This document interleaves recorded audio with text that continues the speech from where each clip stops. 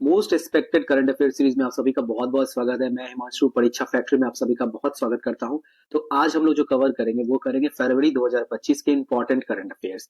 हमने पर फरवरी 2025 के इंपॉर्टेंट करंट अफेयर्स प्रतियोगिता दर्पण मैगजीन और भी डिफरेंट डिफरेंट मैगजीन के माध्यम से कवर करवा दिया है। तो अब मैं क्या कर रहा हूँ, उसके एमसीक्यू को सॉल्व करूंगा जो एग्जामिनेशन पॉइंट ऑफ व्यू से इंपॉर्टेंट है। तो वो वीडियो आपने नहीं देखा तो जरूर देख ले। चलिए एमसीक्यू करते हैं और देखते हैं क्या है इंपॉर्टेंट एमसीक्यू। तो सबसे पहला जो एमसीक्यू कह रहा है वो है, गुरु घासीदास तोमर पिंगला बाघ रिजर्व को देश का 56वां बाघ रिजर्व अधिसूचित किया गया है। यह किस राज्य में स्थित है? सबसे इंपॉर्टेंट क्वेश्चन है आज का। तो इसमें ऑप्शन पढ़ते हैं, झारखंड, ओडिशा, छत्तीसगढ़ और मध्य प्रदेश। इसका आंसर हो जाएगा मध्य प्रदेश।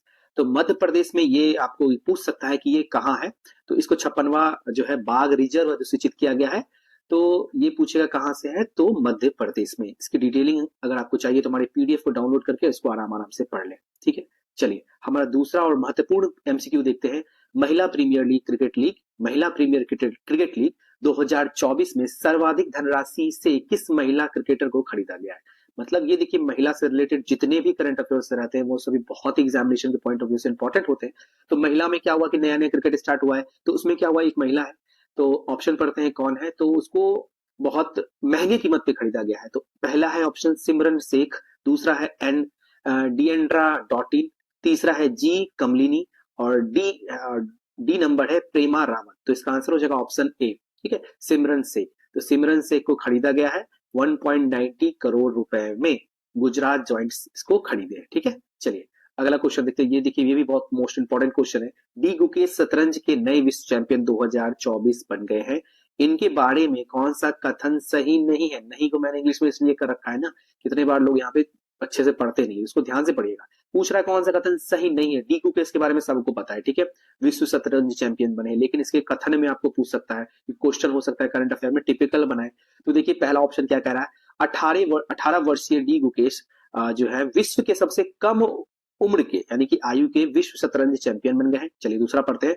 डी गुकेश ने चीन के डिंग लॉरेन को अंतिम मैच में पराजित किया। ऑप्शन सी है, डी गुकेश ने सफेद मोहरों के साथ खेलते हुए विजय श्री हासिल की और यह प्रतियोगिता सिंगापुर में 12 दिसंबर 2024 को संपन्न हुआ। तो इसका गलत आंसर है ऑप्शन सी, यानी कि ए, बी और सी तीनों सही है। चलिए आगे बढ़ते हैं। अगला क्वेश्चन ये देखिए, ये क्या है, इसका डिटेलिंग वही दिया हुआ, ए, बी और सी, यानी कि डी ऑप्शन दिया हुआ और सी रॉन्ग है। चलिए अगला क्वेश्चन देखते हैं क्या है। हाल ही में खबरों में रहा यार्ड क्या है? यार्ड के बारे में पूछ रहा है। ठीक है, चलिए इसका ऑप्शन देखते हैं। जम्मू कश्मीर में सर्वाधिक ऊंचाई वाले पर्वतीय क्षेत्रों में स्थित क्रिकेट स्टेडियम यानी कि मैदान, एक Hindi feature film, C number में मिसाइल सा आयुध सह है, यहाँ पे सह आयुध बाज्र और यहाँ सौर ऊर्जा संचालित बाज्र। तो इसका आंसर हो जाएगा ऑप्शन सी। ठीक है, चलिए ये भी बहुत इंपॉर्टेंट है। यार्ड 18 एक टाइप से मिसाइल है। ठीक, चलिए ये देखिए इसी में है, मिसाइल को कवर किया जाएगा। ठीक है, चलिए आगे देखते हैं। संयुक्त राष्ट्र महासभा द्वारा निम्नलिखित में से किस दिवस को विश्व ध्यान दिवस के रूप में मनाए जाने की स्वीकृति प्रदान की गई है? मतलब वर्ल्ड मेडिटेशन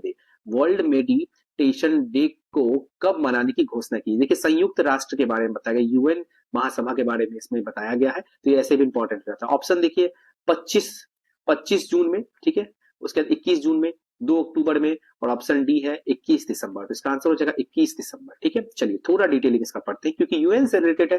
तो जो भी अंतरराष्ट्रीय संस्थाएं होती है तो उसके करंट अफेयर्स ऐसे इंपॉर्टेंट हो जाते हैं हमारे एग्जाम के लिए। तो देखिए संयुक्त राष्ट्र क्या हुआ, संयुक्त राष्ट्र महासभा ने लिक्टेस्टिन, श्रीलंका, नेपाल, मेक्सिको, एंडोरा तथा भारत द्वारा संयुक्त रूप से प्रस्तुत प्रस्ताव को स्वीकार कर 21 दिसंबर को विश्व ध्यान दिवस यानी कि वर्ल्ड मेडिटेशन दिवस के रूप में मनाने की घोषणा की है। याद रखिएगा। ठीक है, चलिए आगे देखते हैं। बहुत इंपॉर्टेंट क्वेश्चन, भारत में आयकर रिटर्न जमा करने वाले की संख्या 2023-24 में लगभग कितनी हो गई है? तो ऑप्शन देखते हैं। ऑप्शन ए है 8 करोड़, बी है 12 करोड़, सी है 16 करोड़ और डी है 20 करोड़। तो इसका आंसर हो जाएगा ऑप्शन ए 12 करोड़, मतलब माफ कीजिए 8 करोड़। ठीक है, तो यानी कि इनकम टैक्स रिटर्न जो फाइल करते हैं उसका रिकॉर्ड तोड़ 8 करोड़ रिटर्न लोगों ने जमा किया है। चलिए अगला क्वेश्चन देखते हैं। अगला क्वेश्चन का अमेरिकी ग्लोबल फाइनेंस पत्रिका ने वर्ष 2024 में भारत के सर्वश्रेष्ठ बैंक के रूप में किस बैंक को पुरस्कृत किया? देखिए इंडिया के बैंक को पुरस्कृत किया गया है अमेरिकन से, तो बहुत इंपॉर्टेंट होता है। Option Punjab national bank, HDFC bank, ICC bank या भारतीय स्टेट बैंक। ऑब्वियसली भारतीय स्टेट बैंक होगा इसका आंसर। ठीक है, चलिए भारतीय स्टेट बैंक को क्या हुआ, ये सम्मानित किया गया सर्वश्रेष्ठ। ठीक है, चलिए नेक्स्ट क्वेश्चन देखते हैं, ऑल इंडिया कॉर्पोरेशन के चेयरमैन पद पर किसकी नियुक्ति नवंबर 2024 में हुई है? तो इसका आंसर हो जाएगा ऑप्शन बी, अरविंद सिंह साहनी। ठीक है, नेक्स्ट क्वेश्चन, भारतीय रिजर्व बैंक के नए गवर्नर के रूप में किसकी नियुक्ति दिसंबर 2024 में की गई है? तो पहले थे शक्तिकांत दास हमारे गवर्नर आरबीआई के, रिजर्व बैंक ऑफ इंडिया, और नेक्स्ट जो बनाया गया वो बनाया गया संजय मल्होत्रा जी को, याद रखिएगा संजय मल्होत्रा। नेक्स्ट क्वेश्चन देखते हैं, निम्नलिखित में से किसने केंद्र में महानियंत्रक एवं लेखा परीक्षक यानी कि कैग के रूप में कार्यभार नवंबर 2024 में संभाला है? इसका ऑप्शन देखते हैं, तुषार मेहता, बी है अमिताभ चौधरी, सी है संजय मूर्ति, और डी है संजय मल्होत्रा। तो इसका ऑप्शन हो जाएगा के संजय मूर्ति, हमारे नए कैग बने, बहुत इंपॉर्टेंट और कई बार एग्जामिनेशन में पूछता है।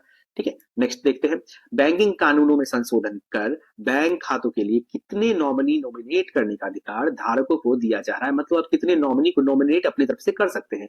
इसका ऑप्शन देखते हैं, ऑप्शन ए है 1, या ऑप्शन 2 ऑप्शन 3 और ऑप्शन डी 4। तो इसका आंसर हो जाएगा ऑप्शन डी 4। आप जो है 4 नॉमिनी को आप नॉमिनेट कर सकते हैं। ये जो इंडियन बैंकिंग रेगुलेशन का जो ये एक्ट आया है, अमेंडमेंट आया है, तो ये जो है इसी में ये बताया गया। ये सब मैंने प्रतियोगिता दर्पण के जो करंट अफेयर सेशन है उसको मैंने करवा दिया है। वीडियो का लिंक आपको डिस्क्रिप्शन में मिल जाएगा, वहां से जरूर कर लीजिए। ठीक है, अब देखिए, विश्व में स्वर्ण का सर्वाधिक उत्पादन किस देश में होता है? तो ये ऑप्शन दक्षिण अफ्रीका, बी है अमेरिका, सी है चीन, डी है रूस। तो इसका आंसर हो जाएगा ऑप्शन सी, चीन। यहाँ से आपको ये देख के पता चल रहा होगा, इनके यहाँ पे छोटे छोटे आंखों को देख के। तो देखिए इसका आंसर हो जाएगा ऑप्शन सी। तो ये रिपोर्ट आई, उसमें बताया गया सबसे ज्यादा उत्पादन चाइनीज कंपनी करती है यहाँ पे। ठीक है, नेक्स्ट देखते हैं, अब कोई बहाना नहीं।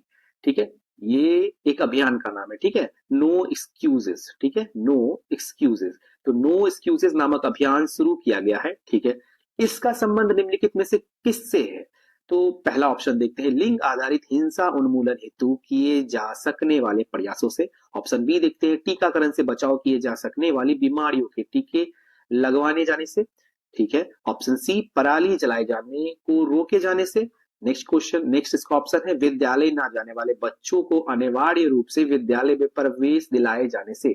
तो इसका आंसर हो जाएगा ऑप्शन ए। ऑप्शन ए क्या है भाई? लिंग आधारित हिंसा उन्मूलन हेतु किए जाने वाले प्रयासों से। ये लिंग के आधार पे जो हिंसा की जाती है ना, तो उसको रोकने के लिए एक अब कोई